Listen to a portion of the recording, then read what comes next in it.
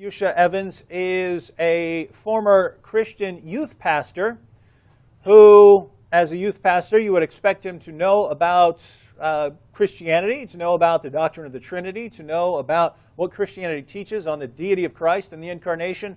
And last month, we went through, it took us 4 entire episodes to scratch the surface of the errors in this one presentation that he gave, his top 10 reasons that Jesus is not God. We went through every one of his claims and showed how Yusha doesn't know a lot about Christianity. And I don't mean that he was disagreeing with us on certain points. He seemed to have no clue what Christianity even teaches on certain doctrines. On the Trinity, he didn't know what the Trinity was.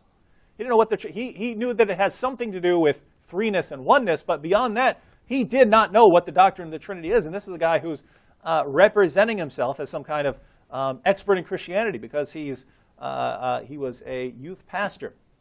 Well, Yusha put out a nice little tweet, and that tweet is going to be the topic. And here, once again, it will probably take this whole episode to go through the errors. But he sent out a message titled Christianity in a Nutshell. Can we get that up on the screen? So we have this message, Christianity in a nutshell. Let's go ahead and read it, and we'll put it back up on the screen a couple times during the program because we're going to go through this and see, is this really Christianity in a nutshell? And then we'll also, as we go along, we'll decide how this compares with Islam in a nutshell. So the tweet says this. So this is from Yusha Evans, former youth pastor who is paid to go around the world speaking. And he says, it's like this. I created man and woman with original sin. So this is supposed to be God, the Christian God, speaking and explaining Christianity.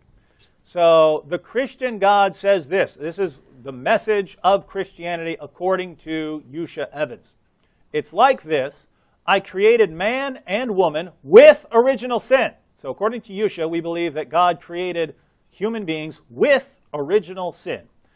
Then I destroyed most of them for sinning. So this is the flood, of course. God killed most people for sinning. Then I impregnated a woman with myself as her child so that I could be born.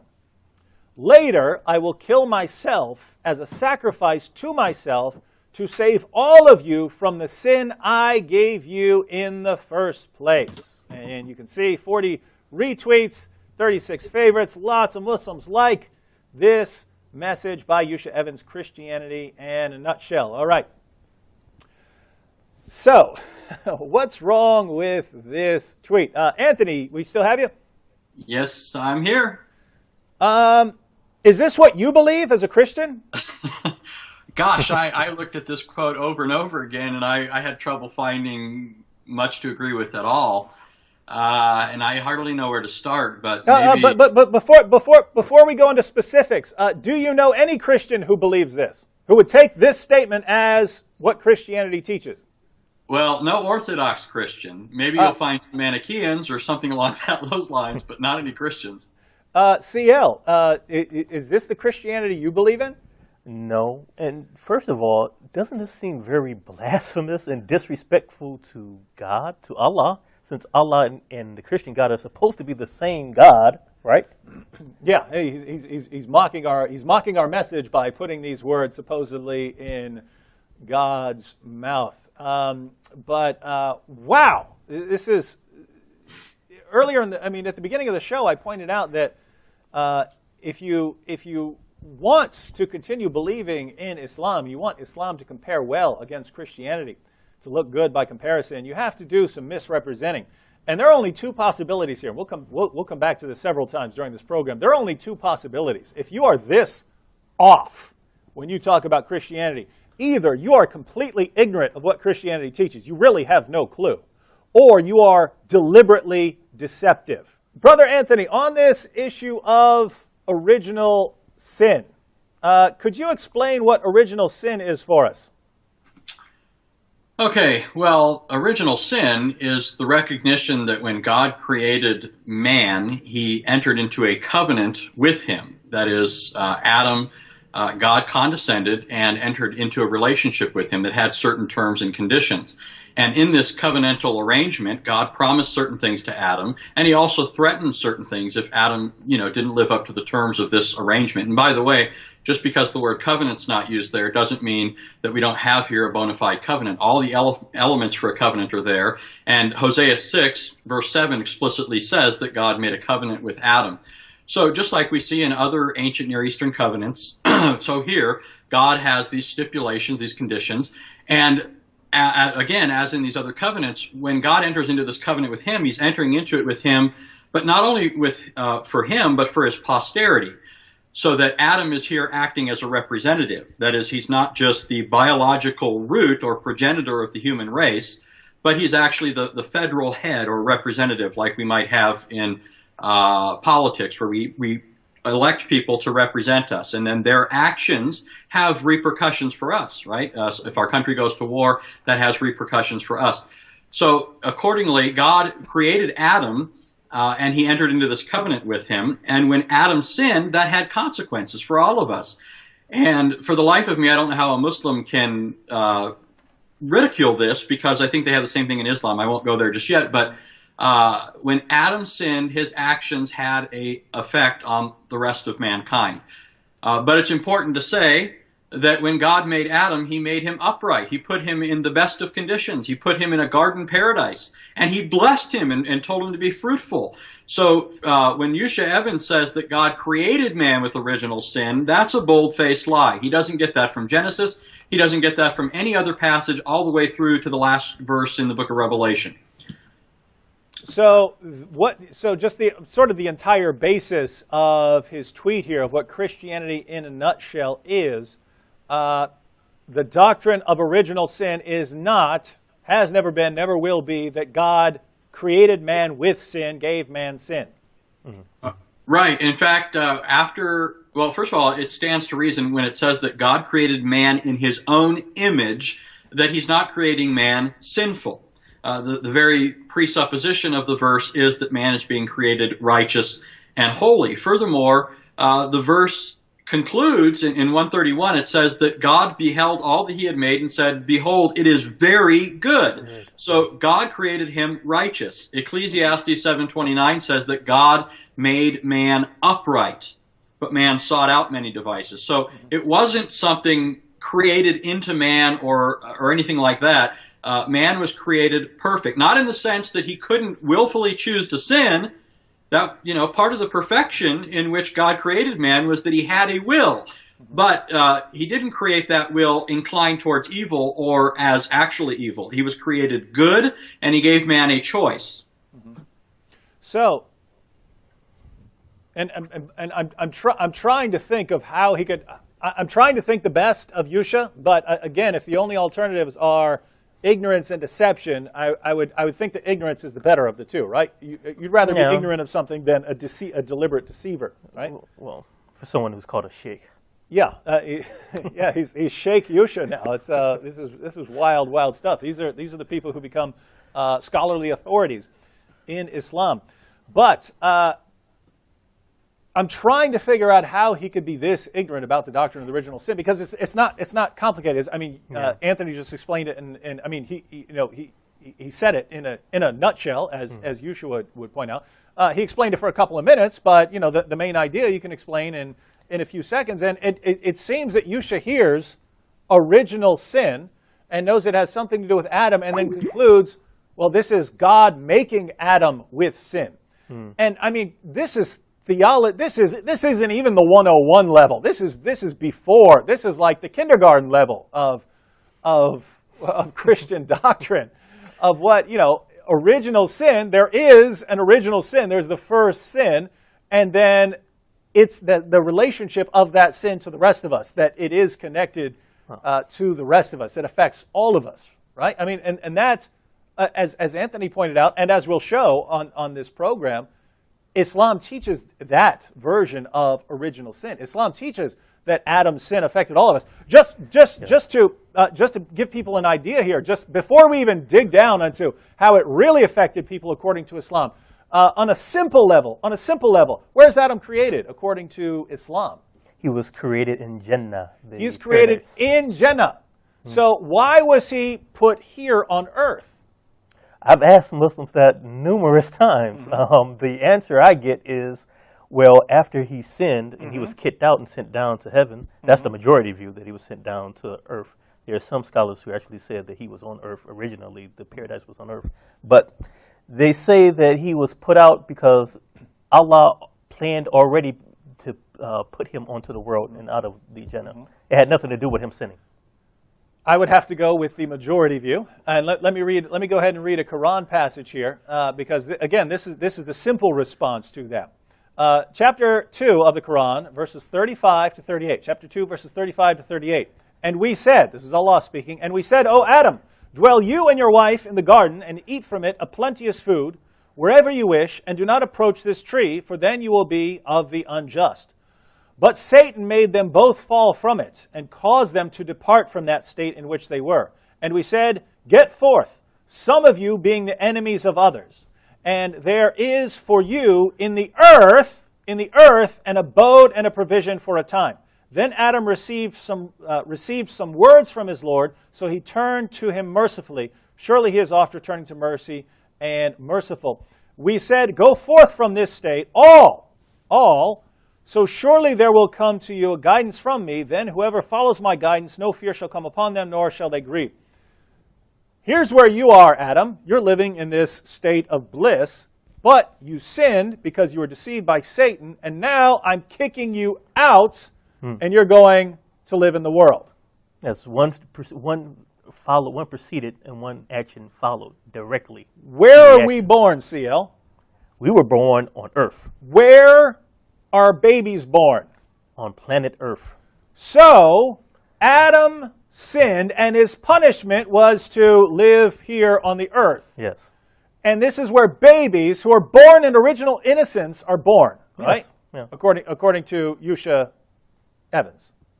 Yeah. Now, you see the problem here? Yeah. Babies are innocent. They shouldn't be born in the place of this earth. The only reason babies are born in this world where you don't have the heavenly bliss, you have sufferings and problems and so on, is not because of their sin, because according to Yusha, they're sinless. They have no original sin. Well, why are they here? Because of Adam's sin? Yeah. We're all here because of Adam's sin, according to the Quran, ladies and gentlemen. How can you say Adam's sin didn't affect the rest of us?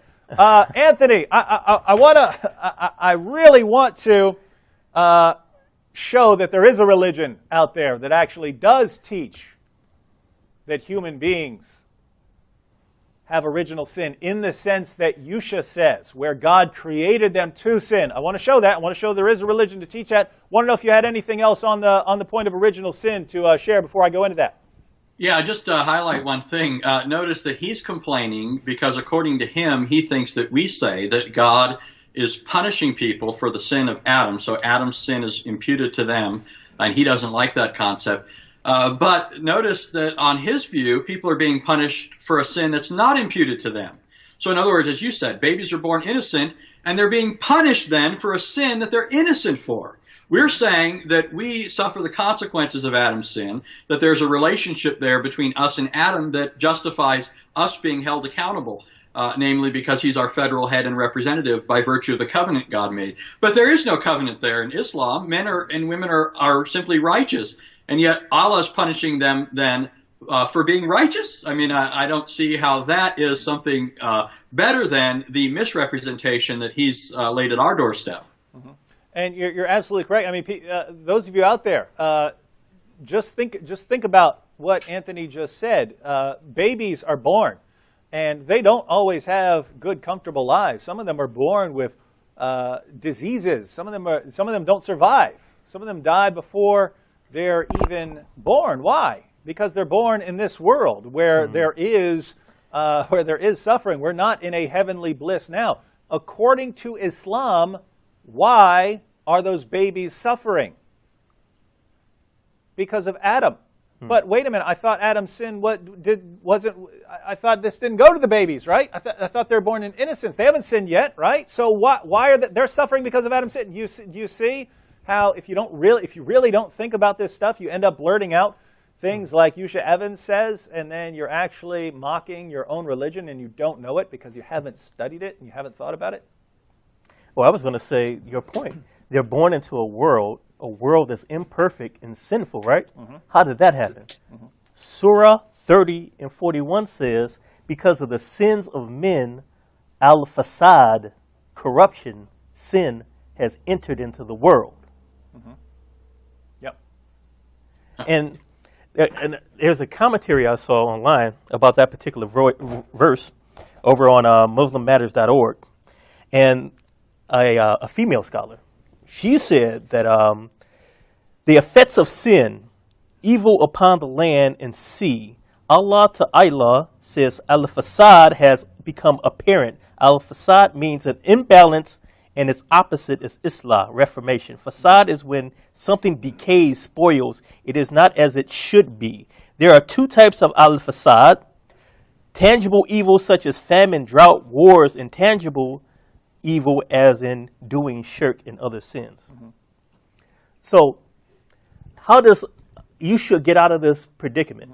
Because he's telling us that we're wrong. He's telling the people he gives dawah to that we're wrong because we say that Adam committed a sin and Allah put Adam's sin on everyone and everyone got affected.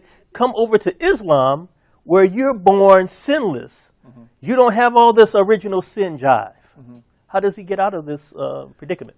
Yeah, and it's sad because, I mean, Muslims have invented a version of Islam that's been made to appeal to people, and it has almost nothing to do with what's in their sources. And let me give you the example that I find most interesting, given what Yusha says. He says God created us with original sin. We've shown that's not what Christianity teaches. That's not what any Christian believes. And so him representing this as official Christian doctrine is either based on ignorance or deception. But as I pointed out, there is a religion that does teach that God created Adam with the sin. He made Adam to sin. Did you know that, CL? Did you know there's a religion that teaches that? What is that, Buddhism or? It's Islam. You know that. Let me go ahead and read two passages. It's basically the same teaching, but I'll read it in Sahih al-Bukhari and I'll read it in Sahih Muslim because those are Islam's two most trusted sources of ahadith. Sahih al-Bukhari, number 6614. Narrated Abu Huraira, the Prophet said, Adam and Moses argued with each other. Moses said to Adam, "O Adam, you are our father who disappointed us and turned us out of paradise." Notice what Moses is saying. He's saying exactly what we all just said right here. Because of Adam, we're not in paradise right now. We're not in paradise because of Adam. Adam sinned, that put him in the world, and we all suffer the consequences of that, even though, according to Yusha Evans, there's no connection between what Adam does and what the rest of us do. Moses, my friends, Moses just told Yusha Evans he has no clue what he's talking about, because Moses says to Adam, Adam, you're the reason we're not in paradise. Watch what he says. Then Adam said to him, "O Moses, Allah favored you with his talk," and that means he talked to Moses directly, "and he wrote the Torah for you with his own hand. Do you blame me for an action which Allah had preordained for me 40 years before my creation?" So Adam confuted Moses. Now think about that. Let me read that last part. Again, Moses says to Adam, "Adam, you're the reason we're not in paradise. You're the reason for all this suffering. You're the reason all of this has happened to us. Your original sin is what caused all of this suffering, Adam." And Adam's response to Moses is, "Do you blame me for an action which Allah had preordained for me 40 years before my creation?" And Muhammad says, Adam refuted Moses. Now think about this. What was Adam's defense of his own action? Don't blame me. Allah preordained me to do that. Allah preordained me to do that. Why did Adam sin? Because Allah preordained him before he was ever born to do that. Can you escape the will of Allah? No, Allah wrote everything that would take place before he even created the first molecule or atom. And here, this isn't simply foreknowledge we're talking about. We're not talking about foreknowledge. God knew that I was going to sin.